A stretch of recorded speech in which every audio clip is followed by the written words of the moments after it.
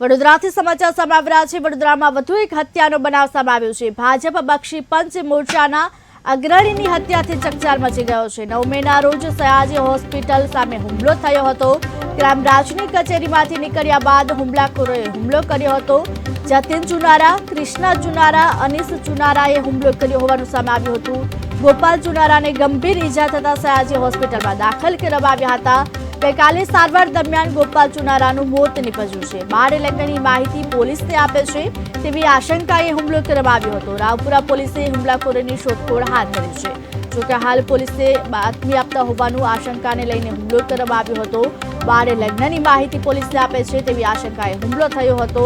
જોકે સારવાર દરમિયાન ગોપાલ ચુનારાનું મોત નીપજતા ચકચાર મચી જવા પામી છે। હુમલાખોરોએ હુમલા કરતા તેઓ ગંભીર રીતે ઇજાગ્રસ્ત થતા સયાજી હોસ્પિટલ ખસેડાયા હતા, જે સારવાર દરમિયાન તેનું મોત થયું છે। બાળ લગ્નની માહિતી પોલીસને આપે છે તેવી આશંકાએ હુમલો થયો હતો તે રાવપુરા પોલીસે હુમલાખોરોની શોધખોળ હાથ ધરી છે।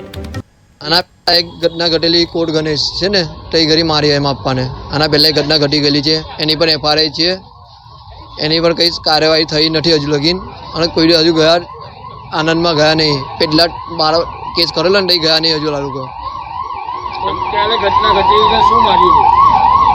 ત્યારે પણ આવડી તો મારેલો પેટલા પર કઈ માર્યું?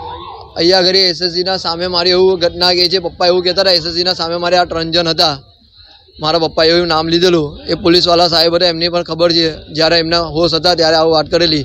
કૃષ્ણ ચુનારા, અનીસ ચુનારા અને જતીન ચુનારા એમાં પપ્પાએ આમંત્રે કીધેલું હતું પહેલેથી જ, જે લખવા આવેલા પોલીસવાળા ત્યારે પહેલેથી નામ લઈને અરજી કરેલી।